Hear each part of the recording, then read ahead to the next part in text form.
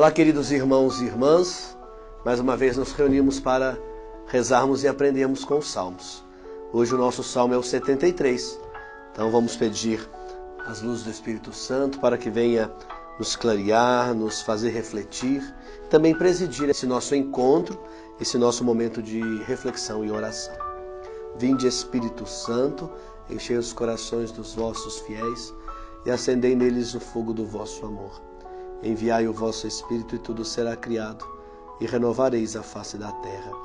Oremos. Deus, que instruístes os corações dos vossos fiéis, com a luz do Espírito Santo, fazei que apreciemos retamente todas as coisas, segundo o mesmo Espírito, e gozemos sempre da sua consolação, por Cristo Senhor nosso. Divino Espírito Santo, descei sobre nós, iluminai-nos e permanecei para sempre. Amém. Então assim reza o nosso Salmo 73. De fato, Deus é bom para Israel, para os puros de coração.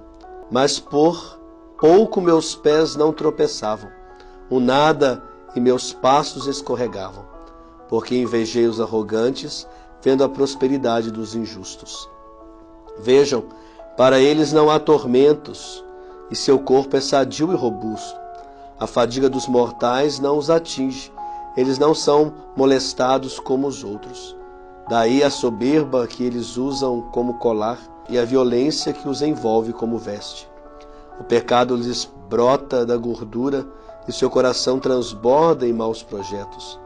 Zombam e falam maliciosamente, falam do alto oprimindo. No céu colocam a boca e sua língua percorre a terra. Desse modo eles saciam a si próprios, sugando para si as águas de todo o mar. E dizem: como Deus pode saber? Existe conhecimento no alto? Eis aí, os injustos são assim, sempre tranquilos, acumulam riquezas.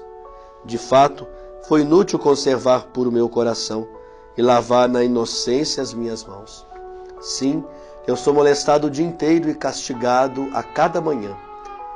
Se eu dissesse, vou falar com eles, já renegaria a assembleia dos teus filhos. Então refleti para compreender, mas que fadiga era isso para os meus olhos. Até que fui penetrado no mistério de Deus, e então compreendi o destino deles. De fato, tu os colocas em ladeiras, tu os fazes cair em ruínas.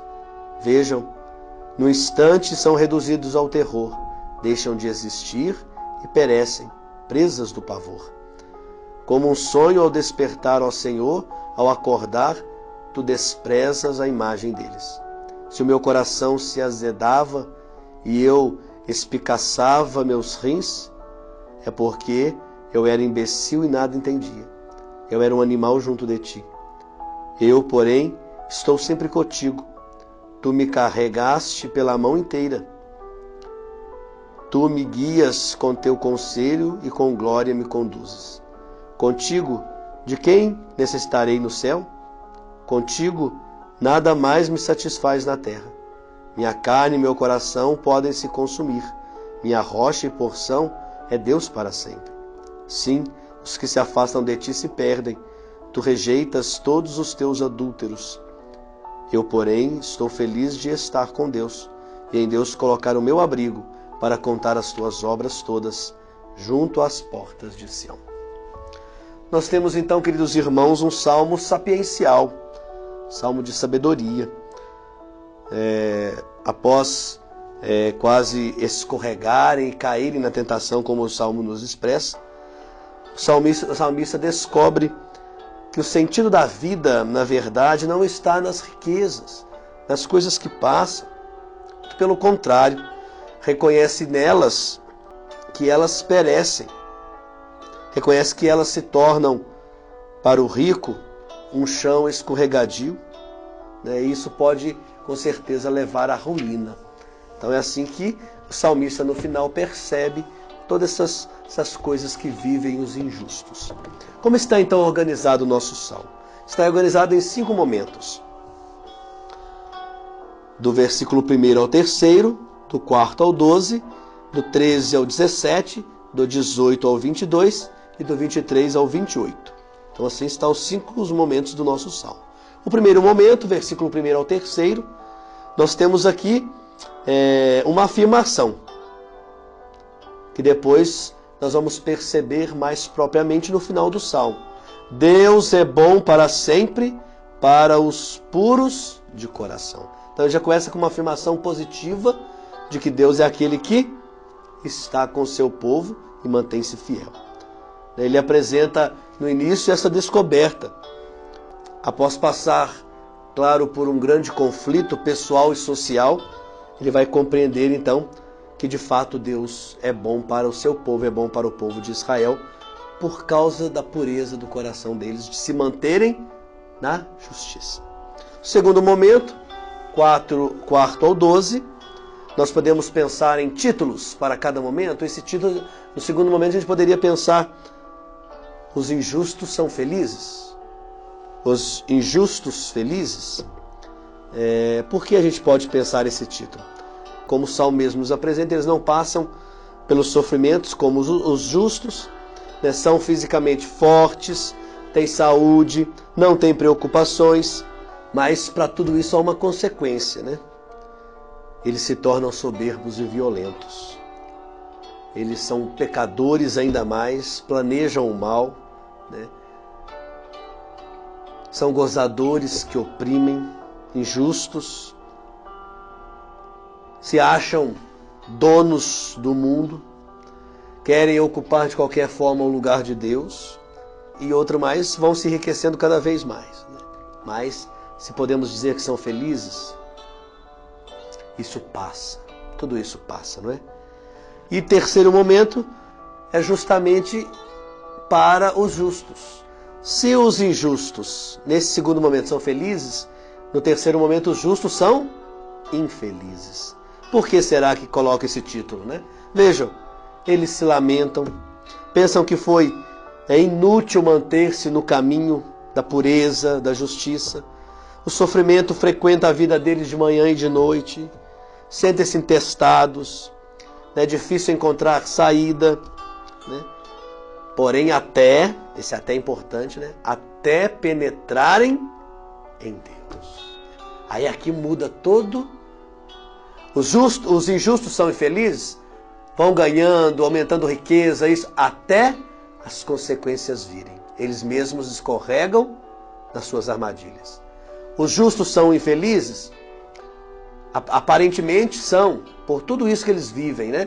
Com tudo isso que eles carregam de opressão, de escravidão, né? de tentação, etc.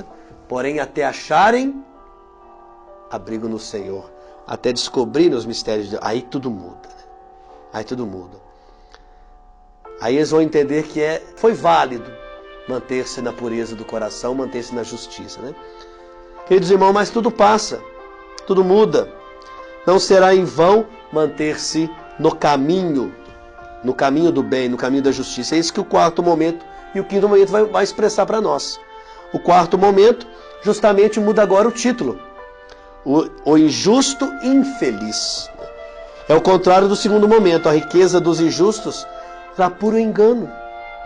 Tinha chão escorregadio, eles mesmos escorregaram nas armadilhas. As riquezas dos injustos era puro engano, era puro ruína. Tudo passava como sonho, tão rápido. Então, eles se veem agora em maus lençóis. E o último momento, justamente mostrando o inverso. O justo agora feliz. Por que feliz? Porque Deus é a única segurança do justo. É aquele que na hora do desespero, do fracasso, do fundo do poço, ele vai estender a mão. Vai tomar pela mão. Vai guiar, vai conduzir. Vai satisfazendo plenamente para sempre, né, a vida dos justos. Aqueles que se mantiveram no caminho. Os que se afastam dele, ao contrário, se perdem, né? Se acham perdidos na caminhada da vida, no caminho, né? Quem nele confia se sente feliz, realizado, porque projetaram a sua vida para a felicidade eterna, não para as felicidades, para os prazeres momentâneos da vida, né? Mas por uma felicidade eterna, que é para sempre, uma felicidade que ninguém pode roubar, né? Como surgiu então esse nosso salmo? Ele justamente revela um terrível conflito entre o justo e o injusto, entre o pessoal e o social, que diante da prosperidade dos injustos pergunta-se perplexo: vale a pena lutar pela justiça? Não seria melhor fazer como eles, adentrar pelos caminhos? Mas nós vimos na organização do salmo que tudo passa, essa vida passa, as riquezas passam, né? E o que nós vamos ter deixado? O que nós vamos ter vivido?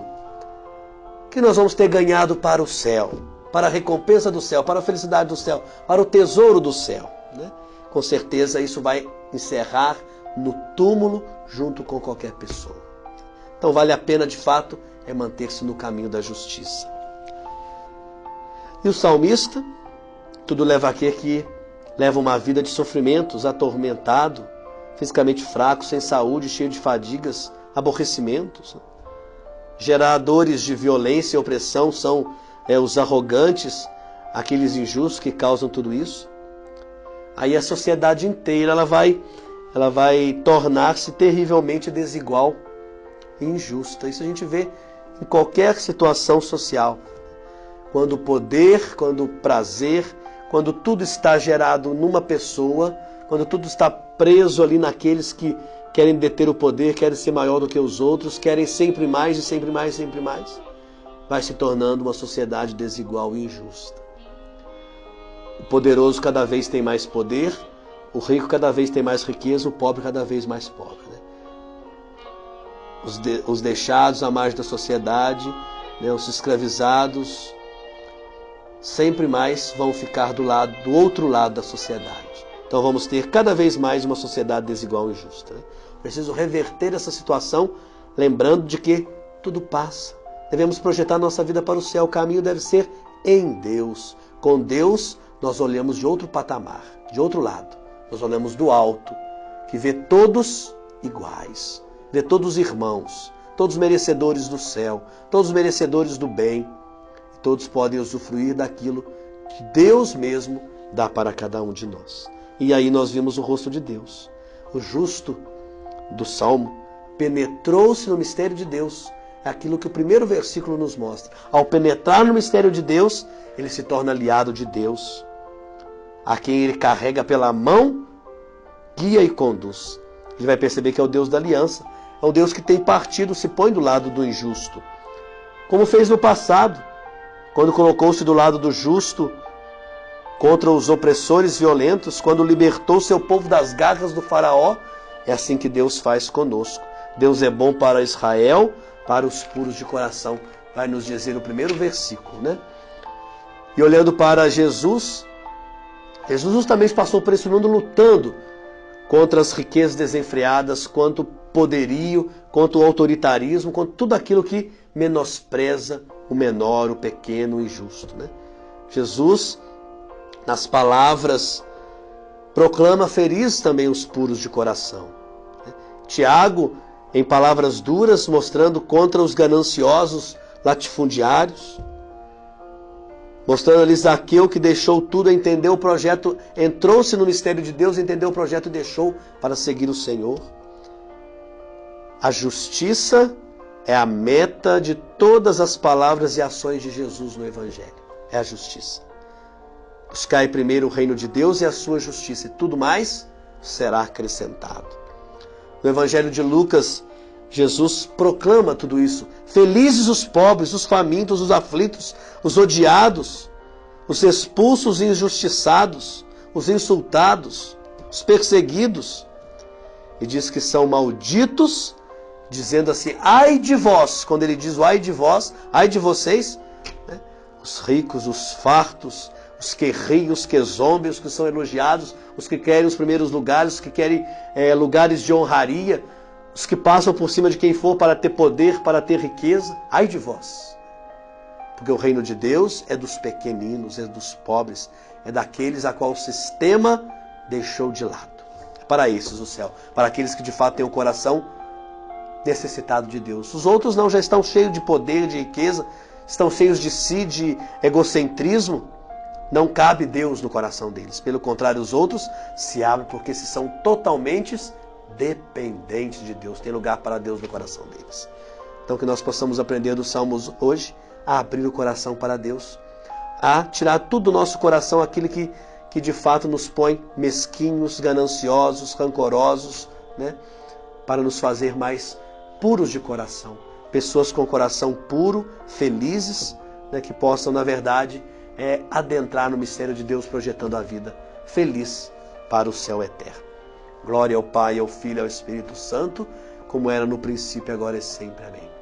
Abençoe-vos o Deus Todo-Poderoso, Pai, Filho e Espírito Santo, e permaneça para sempre. Amém. Até a próxima, se Deus quiser. Um grande abraço a todos.